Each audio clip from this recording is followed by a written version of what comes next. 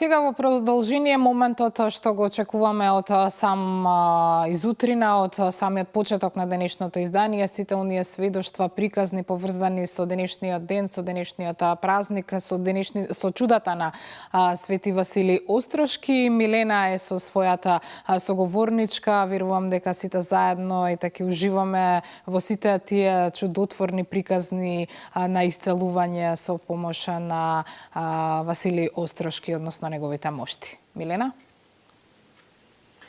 Токму така, Бубе навистина многу убаво го кажа ова. Всушност напоменавме на самиот почеток дека денеска ќе се видиме со господјата Живка Николова.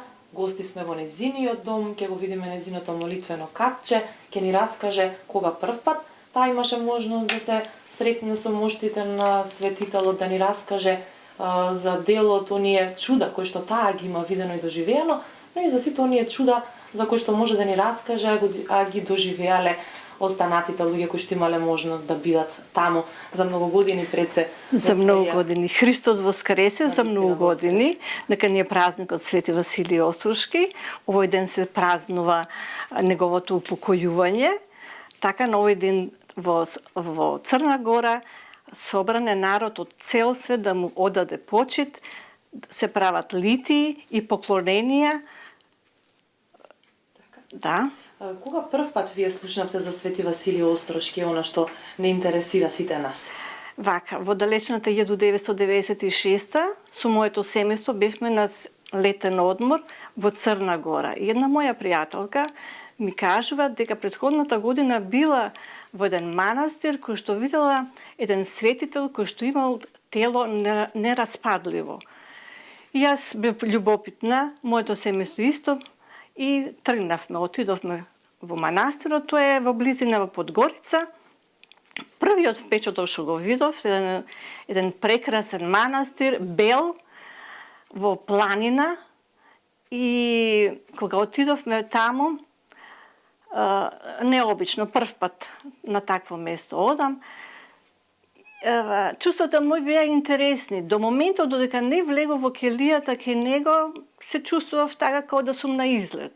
Но кога ја влегов во келијата, таа е во карпа, свештеникот што беше внатре, го слушам како вели, вика сега ќе кажувам молитва. Сите што сте присутни, клекнете и во себе кажувајте си ги имињата, а потоа ќе се поклоните на светителот. Читаше молитва, клекнавме, јас семејството имињата си ги кажав, потоа кога заврши, придовме на неговиот крст што го држи, го бакнавме. Тој момент кога јас придов и ми кажа свештеникот, вика сега може да ја баците иконата што ја држи светителот. Јас гледам пред мене еден кивот, еден човек, кој што претходно ми кажа дека е починат пред 300 години, гледаш како да спие. И се наведнувам да го бакнам, ја бакнав иконата.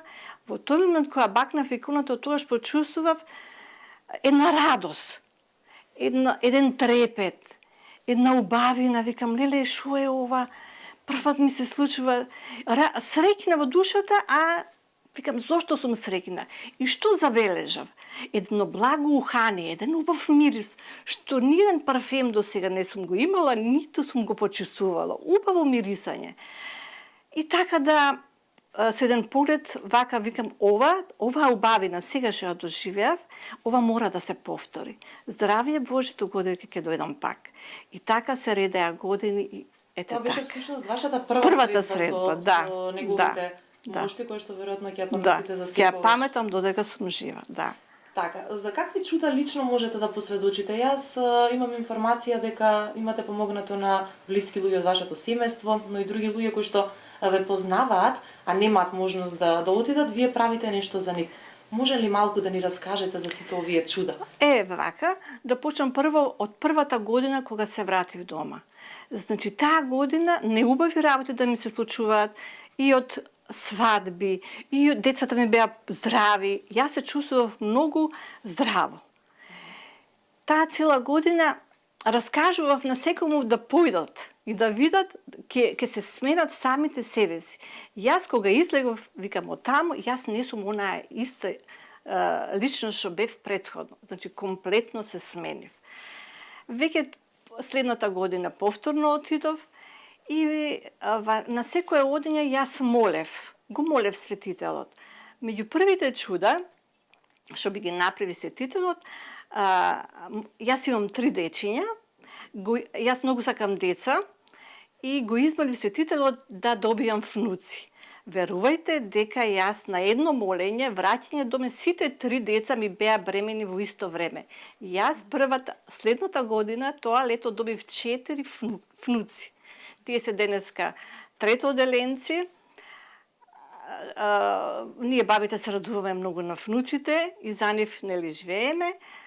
За друго чудо да ви кажам, ми се јавија едни пријатели кои детенцето не им збореше веќе 6-та година. Значи одат од лекар на лекар, од психијатар, невропсихијатар. Еден ден ми задзвонија, ми вика вака и вака, ние знаеме дека вие сте од црковена, што може да ни помогнете? Јас викам, во моментот се наоѓаме ке невропсихијатар, постар човек, кој што нас ни вели дека детето ќе ни прозбори. До сега такво нешто никој не ни рекол. И ние се израдувавме и он во моментот позади него вика имаше икони. И вика, знаете ли кој ќе ви биде на вас лекарот? И покажува со раката кон иконите, вика, Господ Исус Христос ќе ви го излечи. И вика, ние затоа ви се јавуваме. Вика, шо да направиме како прва? Во прв момент викам вака, ја ви предложила да одите ке Свети Василиј Острошки. Во моментот има повеќе агенции кои што нели патуваат секој викенд и ќе ви дадам инструкции и појдете. Јас им кажав да, бидејќи манастирот има 3 цркви, првата црква во подножието, од тој дел се оди пешки до светителот. Кога ние треба нешто многу јако да измолиме, се оди таму бос и молитвено, да молиш. Тоа се 3 километри до таму и кој ќе стасаш, треба да ти прочита свештеникот молитва, специјална за здрави. Да си запалиш свеќи, таму даваат масленце, ова е од таму, крстена водичка и се осветува шекерчиња. Овие шекерчиња се од таму. И детето ги прима, се враќаат од таму, детето за 3 дена проговорува. И денеска веќе тоа момче збори англиски, германски, така да ја многу сум срекна за нивната радост, така и родителите. Ова е навистина чудесно што го раскажувате, просто да не му се верува нели на човек. Да. Како вие се молите, еве, за рожба да речеме? Што правите вие? Вака, сега друг случај, кога јас одам, веќе сите знаат дека јас одам, и дури на телефон им кажувам, праќате имиња, јас ќе се молам за вас. Една позната слушнала дека јас одам и вика, можеш ли да се молиш за моите 2 ќерки? Едната ќерка ми нема дечиња толку години, другата треба да се омажи и така за пород. Викам, нема проблем. Што сакаш донеси? Се носи нешто ситно, или крвче, или бројаница. Што имаш нешто ситно да однесам и таму ќе се осветува на кивотот. И ми донесе. Жената, отидов таму, се измолив, ги дадов имињата, го измолив Свети Василиј Острошки, се враќам назад, си ги зима работите. Како се спакуваат, јас така ги допирам, значи не се отвараат таму работите. Кога се вратив, си ги зема работите, ми се јавува после 2-3 дена и ми вели, леле да ви кажам една интересна случка. Бројаницата, ќерката едната ја стави. Но другата ќерка одбиваше да го стави прстенот, златен прстен вика ви дадов. Јас кога го отворив прстенот, тој обично тежи 2 грама. Јас мислам дека беше 20 грама тежеше. И викам, Боже мили, како може да ми го смени живка прстенот? Тоа му доаѓа обично кога тешко ставаш полесно. И кога ја замолувам ќерката да го стави прстенот, таа вика, знаеш мамо дека јас не носам прстења, молим те, добро, барем стави го и ќе извади го. И вика керката го става прстенот и ми вика мамо еве повели го. Кога ми го врати прстенот, тој се стори онаа тежина која што беше во првобитната. И ми кажува дека керката веќе едната бремена, другата веќе се мажи, како си иде времето. Еден ден ми вика, знаеш ли што е најинтересно чудо, на крај, исто и втората керка не може да остане бремена, чекаме, одиме инвитро, ваму, таму, и се сетивме на прстенот.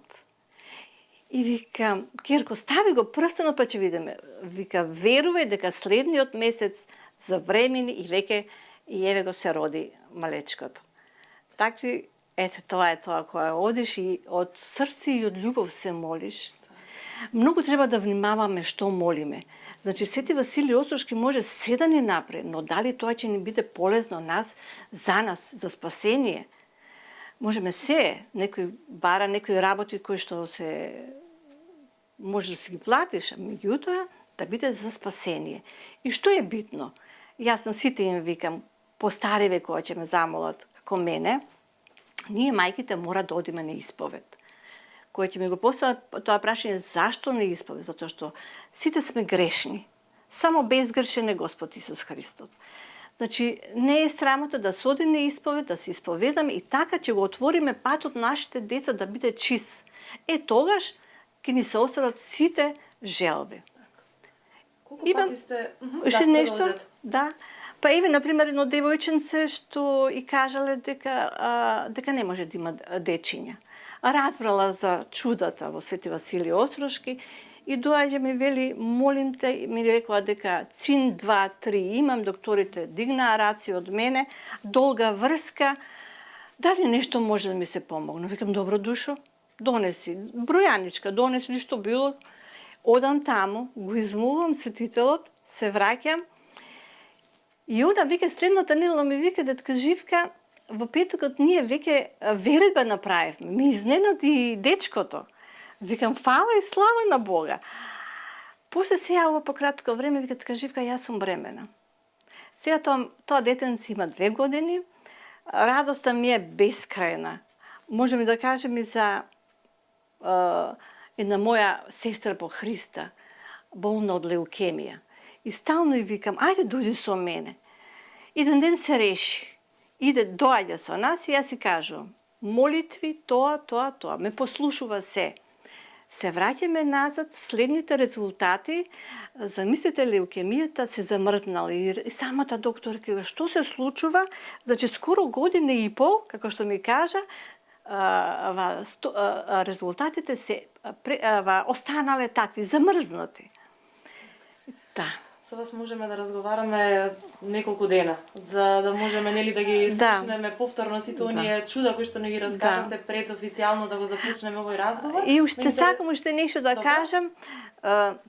Јас кога молам, обавезно и за моите деца, обавезно одам босе и пешки до манастирот. Тоа ми е првенствено, молитвата.